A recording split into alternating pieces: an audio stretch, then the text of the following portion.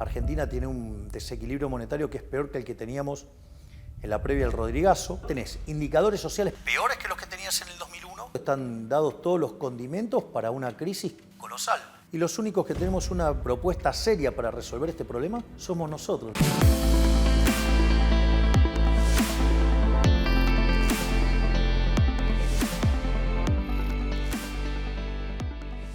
Bueno, estamos con el precandidato presidencial por la Libertad Avanza, Javier Milei. Muchas gracias por estar una vez más con nosotros. ¿Qué tal? Un placer, Federico. Bueno, quería empezar la entrevista en esta ocasión con un hecho que ocurrió hace pocas horas, de hecho, el asesinato de Morena, la niña de 11 años en Lanús. ¿Qué opina de este hecho? Bueno, uno puede, como siempre señalo, hacer foco sobre la cuestión coyuntural, sobre lo aberrante del hecho, sobre lo poco que vale la vida humana, o sea, el poco respeto que hay entre los humanos, pero eso no es algo que va a permitir dar solución. Esto es una cuestión más de índole estructural. Es como consecuencia de 100 años de decadencia argentina, que no es solamente una decadencia económica. En realidad la decadencia económica es el reflejo de la decadencia moral. Y esa decadencia moral, que implica que en lo económico nos está yendo muy mal, tiene también una falta de valoración por la vida. En ese contexto hay que entender ese crimen, y hay que entenderlo también en que hace más de 20 años Argentina decidió abrazar a la doctrina Zaffaroni. La doctrina Zaffaroni básicamente lo que hace es cambiar los roles. Pone a la víctima en el lugar del victimario, ¿sí? Y al delincuente como una víctima.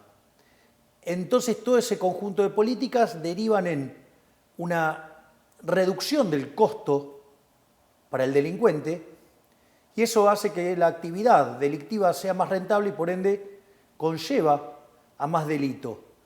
El problema es que también uno ve que en la sociedad y en los medios de comunicación eso es muy grave y se nota con mucha claridad, y yo lo percibo por el nivel de agresión que recibo por parte de algunos comunicadores, es que no logran hacer conexión entre causa y efecto.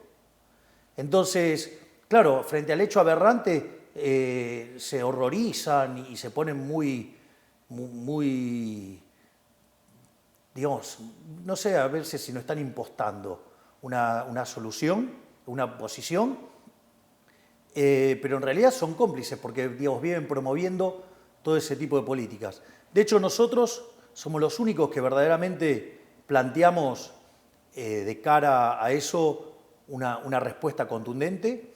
Nosotros justamente no hemos inventado nada, es decir, la respuesta que nosotros damos es la misma que se le ocurrió a Gary Becker cuando dijo esto no podía terminar bien, que él estaba dando clases en la Universidad de Columbia en New York, y eso en la vida real después se plasmó en lo que es el principio de las ventanas rotas de Rudolf Giuliani, y que básicamente es el que las hace las paga.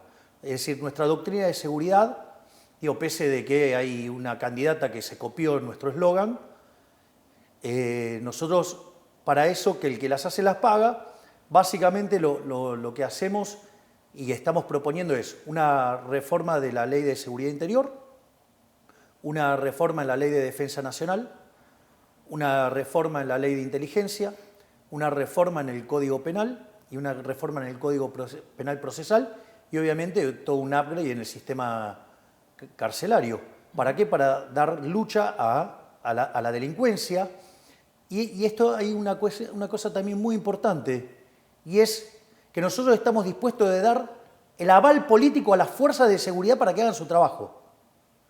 Cosa que las fuerzas de seguridad saben que de parte de la política no lo tiene. El principal acusado por el crimen es un niño de 14 años que fue detenido y ahora están analizando si lo llevan a un centro de menores o qué hacen con él. También fue detenido el padre. ¿Se debe bajar la edad de imputabilidad? A ver, vos lo que tenés que juzgar es el delito. Y este es un delito de asesinato y tiene que pagar por ser un asesino. Es decir, a ver, acá lo que tiene que quedar claro, que cuando un delincuente decide llevar a cabo un acto criminal, bueno, en ese acto criminal le puede ir la vida o le puede ir la libertad. Es decir, porque para eso están las fuerzas de seguridad. Entonces, tiene que ser encarcelado por el crimen que cometió. Bueno, habrá que buscar el lugar para un menor, ¿sí? Pero que tiene estas características de ser un asesino. ¿Qué le podría decir a los padres de la víctima? A ver, digo, no le podés decir nada a los padres. Creer que le podés decir algo a los padres sería de una hipocresía. Digo, ¿cómo le vas a creer decir algo a alguien que acaba de perder un hijo? Es decir, esta gente que perdió la hija hoy. ¿Qué explicación le querés buscar?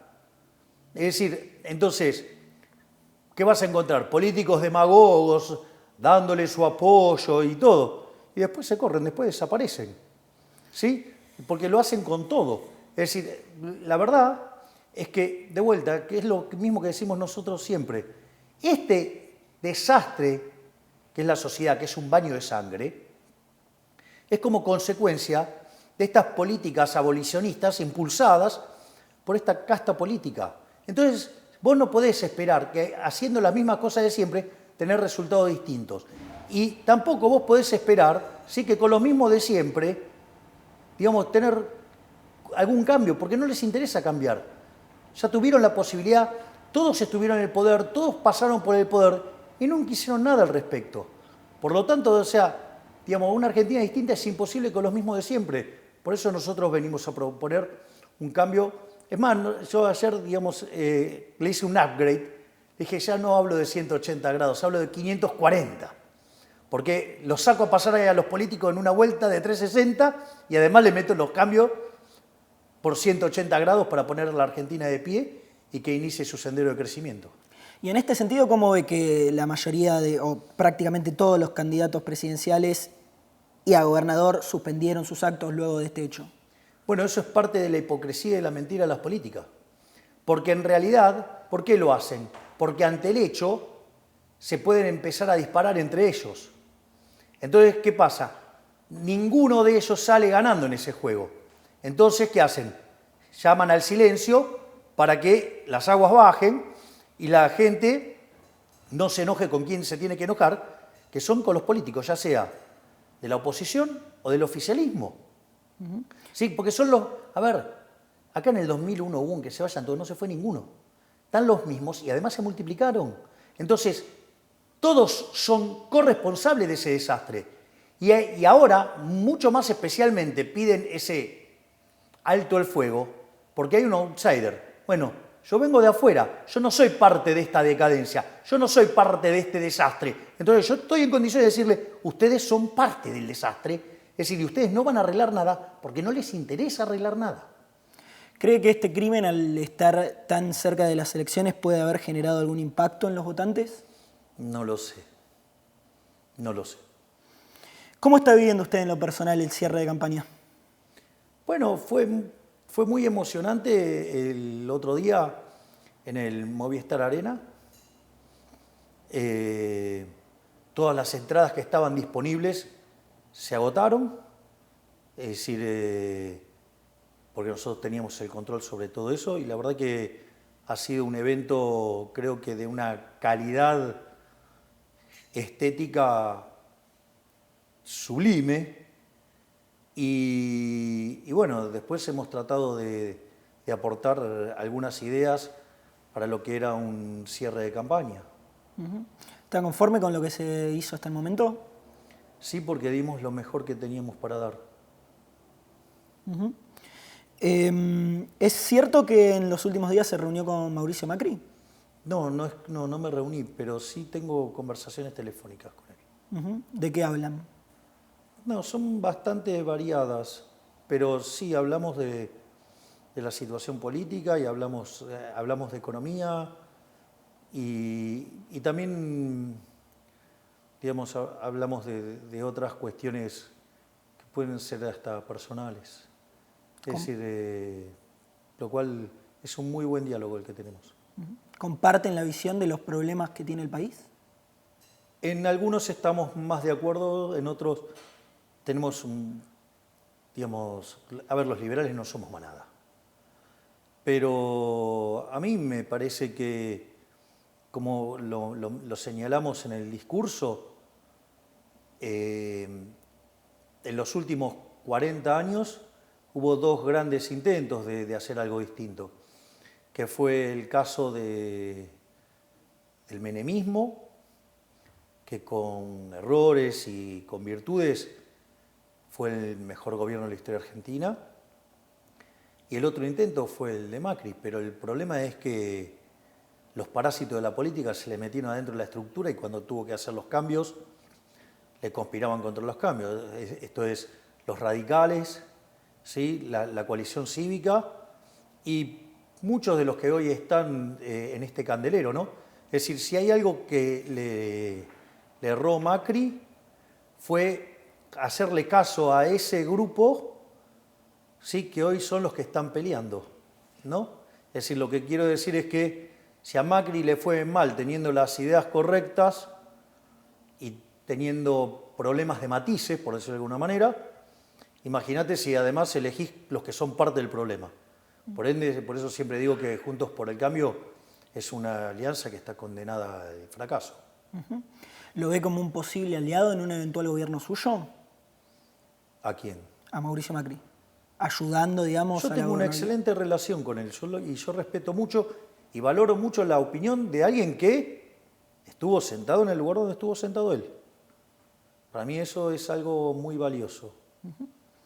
¿Qué opina de la suba del dólar que se registró en estos últimos días?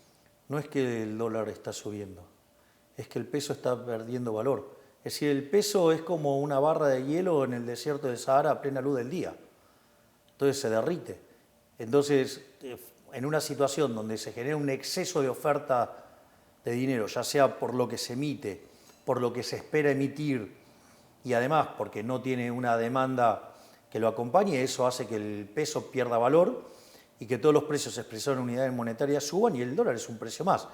Lo que pasa es que como es un activo financiero, sube más rápido nada más, pero el desastre monetario en Argentina está plantado, ¿eh? Argentina tiene un desequilibrio monetario que es peor que el que teníamos en la previa del Rodrigazo. La previa del Rodrigazo, cuando estalla el Rodrigazo, la inflación se multiplica por 6 y la cantidad de pobres por 5. Pensá que sería llevar la inflación arriba del 900% o en torno al 900% y no podés multiplicar por 5 la cantidad de pobres porque no te da la matemática. Que eso quiere decir que tendrías un desastre social. Y por otro lado tenés indicadores sociales peores que los que tenías en el 2001 y como si todo esto fuera poco, el balance del Banco Central muestra una relación entre pasivos remunerados, LELIQs, y base monetaria que es superior a lo que vos tenías en el primer trimestre del año 89, es decir, en la previa de la hiperinflación de Alfonsín. Por lo tanto, están dados todos los condimentos para una crisis colosal. Y los únicos que tenemos una propuesta seria para resolver este problema somos nosotros. Las demás son todas soluciones cosméticas y de muy baja calidad porque lo único que hacen es trabajar sobre el flujo, no trabajan el problema de los stocks. Es decir, nadie te dice cómo arregla el problema del Banco Central. Nosotros sí te decimos. Porque cuando decimos que hay que eliminar el Banco Central quiere decir que vamos a rescatar todos esos pesos que son las LELIQs y la base. Y que es la única forma de evitarte la hiper. Por lo tanto, la situación tiene que ver con el descalabro monetario, ¿no? ¿Y esa crisis cree que puede llegar a estallar ante el cambio de gobierno? Dos cosas. Si lo supiera no te lo diría porque lo estaría arbitrando en el mercado en función de mi bolsillo. Segundo, te voy a contar algo. Yo me hice famoso con un libro que se llama Política Económica contra Reloj, donde nosotros, aplicando el modelo de Flood-Gaber, que es un modelo de crisis de balance de pago de primera generación, con determinación del momento de crisis, anticipábamos que se venía la crisis, y efectivamente la crisis vino, y entonces a partir de ese momento hicimos una nota en Infobae, que la hizo el querido Daniel Estico, a pedido de Daniel Haddad. Así es que mirá, digamos, el recorrido que tengo de tantos buenos momentos con Infobae, y a un montón de personas muy buenas que conocí en Infobae. Y en realidad esos modelos son modelos para entender la naturaleza del problema. El tiempo es del creador, olvídate. Vos no sabés cuál es la chispa que dispara la caída de la demanda de dinero. En general son episodios políticos y no sabés cuál de esos episodios es el que gatilla la chispa. Por lo tanto, vos podés hacer el ejercicio para tratar de entender cómo funciona, pero nadie sabe el tiempo. ¿Qué espera para este domingo? Que la gente vaya y vote, porque si quiere sacar a los que en el 2001 no se fueron, la única forma de sacarlos es ir y votar. Es decir, sacarlos, digamos, a urnazos limpios en la cabeza, o sea, llenarle las urnas de voto para sacarlos. Eso es lo que espero. O sea, porque, digamos, la queja permanente no conduce a nada. Entonces, hay que ir, hay que votar, hay que fiscalizar, hay que involucrarse, porque si no, esta gente va a seguir ahí.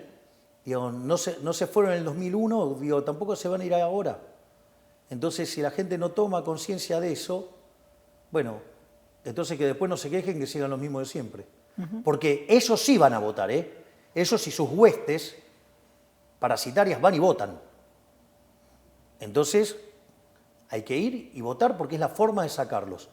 El sistema democrático tiene esa forma. La única forma que tenés para sacarlos es yendo a votar. Y a los indecisos que no saben aún por qué candidato votar, ¿qué les diría? Que miren las boletas, que miren las caras de las boletas y vea cuáles son los que llevan 20, 30, 40 años el Estado y quiénes son los verdaderos nuevos del sistema. Porque ahí también les va a permitir entender todo lo que pasó durante la campaña, cómo nosotros fuimos agredidos tanto por el oficialismo como por la pseudo-oposición, quiénes son los que están verdaderamente contra el statu quo. Que vean, digamos, o sea, de vuelta, una Argentina distinta es imposible con los mismos de siempre. Los mismos que te trajeron a este fracaso, ahora te dicen que te van a sacar. ¿Y por qué no lo hicieron antes? Si vos haces mal tu trabajo, 6 meses, te echan. Bueno, esta gente viene fracasando hace 40 años y las ideas que promueven vienen fracasando hace 100 años. Y además, una de las cosas que yo señalo que el problema más grande en esto es que la solución está en manos del problema. ¿Qué quiere decir? Los políticos son parte del problema. A ellos les va bien con este sistema. Los incentivos de los políticos no es cambiar el sistema. Por eso, digamos, para ellos es muy cómodo cuando es, digamos, o sea, el kirchnerismo contra, no sé, Cambiemos, que de Cambiemos no tiene nada. Pero, ¿por qué? Porque entonces se prestan el poder entre ellos. Esta vez se les plantea un problema grave, que es un outsider, ¿sí? Y que viene a patear con todo el statu quo, y eso es lo que los pone tan molestos. Entonces, lo que tiene que entender la gente es, puede votar los que generaron este fracaso y que además no tienen incentivos a cambiar las cosas, o los que verdaderamente queremos hacer un cambio que ponga de pie a la Argentina y que de acá a 35, 50 años Argentina sea una potencia mundial. La última que le hago. ¿Qué le diría a aquellos que no quieren ir a votar porque son, o que no están convencidos de ir a votar porque son elecciones primarias? Que es un error, porque fíjate cómo determinó todo el tablero político lo que pasó en las pasos de la anterior elección presidencial, lo que implicó en términos de mercado, lo que implicó en términos de la evolución de las variables económicas. Por lo tanto, o sea, las pasos son mucho más importantes de lo que se cree. Y en realidad, además, otra cosa que debería quedar claro, que deberían votar por convicción. Porque esos votos estratégicos después están siendo operados por las fuerzas políticas en cuestión, que promueven el voto estratégico ¿para qué? Para llevarse agua a su molino y perjudicar a otra fuerza. Ejemplo, perjudicarnos a nosotros. Entonces, que vayan, voten y que voten por convicción, que voten al que más les gusta, pero que voten. Y nada de especulaciones estratégicas que lo único que hace es favorecer a los ladrones del statu quo. Perfecto. Muchas gracias, Javier Milei, por estar con nosotros. Gracias, Federico.